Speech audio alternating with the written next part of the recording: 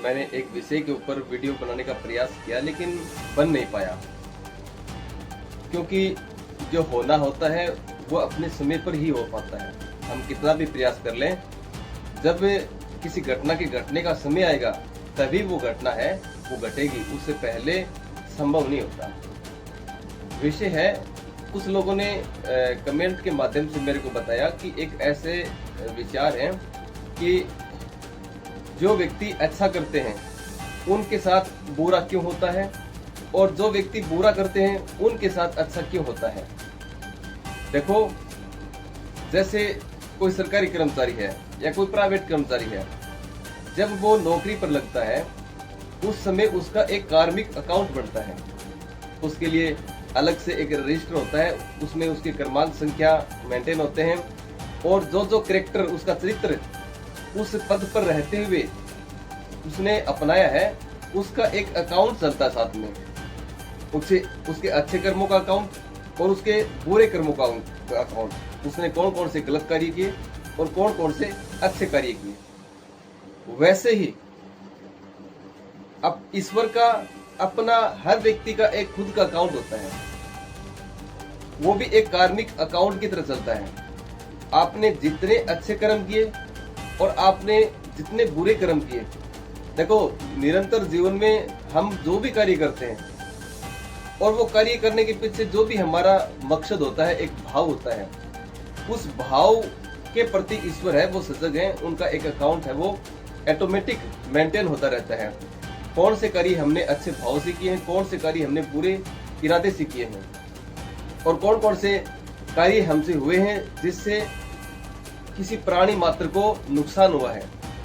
तो वो कार्य जैसे ही मेंटेन होते रहते हैं तो उनका एक अकाउंट बनता है, और जैसे जैसे लोग कर्म करते रहते हैं उनका फल उनको मिलता रहता है। ये हमारे कार्मिक अकाउंट जो है उसके कर्मों का एक प्रारब्ध के रूप में हमारे सामने आते रहते हैं। अब बात आई कि लोग जब हम अच्छा करते हैं तो हमारे साथ बुरा क्यों होता है, और जब हम बुरा करते हैं तो हमारे साथ अच्छा क्यों होता है। और देखते भी हैं जो गलत कार्य करते हैं लोग, उनके साथ अच्छा होता रहता है, लेकिन आपने एक चीज है वो नोट नहीं करी। जब पाप का घड़ा भरता है तब जाके उनको उनके कार्यों का परिणाम मिलता है। आमजन में आसपास में आपने ये कहावत सुनी भी होगी कि फला व्यक्ति है वो गलत कर्म कर रहा है, लेकिन अभी उसका पाप का घड़ा नहीं भरा है।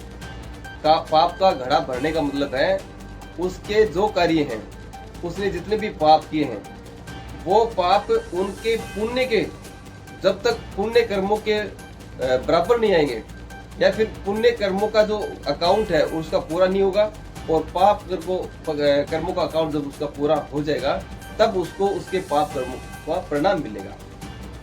जैसे जैसे हम अच्छा कार्य करते हैं तो वहाँ जो ईश्वर हैं वो एक नियम लगा के बैठते हैं कि जब हम अच्छे कर्म करेंगे तो हमारे पाप कर्मों को जल्दी कटवाया जाता है, कि कैसे न कैसे करके इस पुण्य आत्मा के जो पाप कर्म है उनको काट दिया जाए। जब आदमी अच्छे विचार रखता है, अच्छे कार्य करता है, तो उसमें बुरे कर्मों के प्रारब्ध को भुगतने की एक शक्ति मिलती है। तो जब आदमी आस्थावान होता है, ईश्वर के प्रति आस्था रखता है, अच्छे कर्म करता है, तो उसके पाप को सहन करने की उसमें क्षमता जाती है।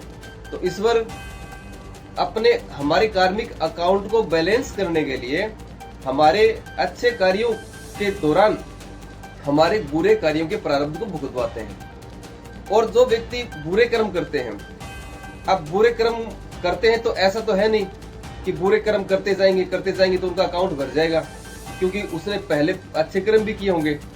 तो जो अच्छे कर्मों का उनका अकाउंट है वो मेंटेन करने के लिए ईश्वर उसके पहले अच्छे कर्मों को कटवाते हैं, ताकि जैसे ही उसके अच्छे कर्म का अकाउंट पूरा हो जाएगा तो फिर उसके बाद में उसके बुरे कर्मों का उसे परिणाम भी मिलेगा। तो आप इस बात की चिंता ना करें कि जब व्यक्ति अच्छे कार्य करता है तो उसे बुरे परिणाम कैसे मिलते हैं। पूर्व में हमारे द्वारा जो भी कर्म हुए हैं, जो भी हमने अच्छे और बुरे कर्म किए हैं, आज हो सकता है कि हमें नहीं लग रहा कि हमें परिणाम मिल रहे हैं, लेकिन हमें हमारे पूर्व के कर्मों के जो परिणाम है, उनके प्रारब्ध के अनुसार ही हमें ये बुद्धि मिली है, उनके अनुसार ही हमारा ये शरीर मिला है। जो हमारे मित्र हैं, नातेदार हैं, रिश्तेदार हैं, वो हमारे सब पूर्व कर्मों के प्रारब्ध के अनुसार ही हमें मिले हैं।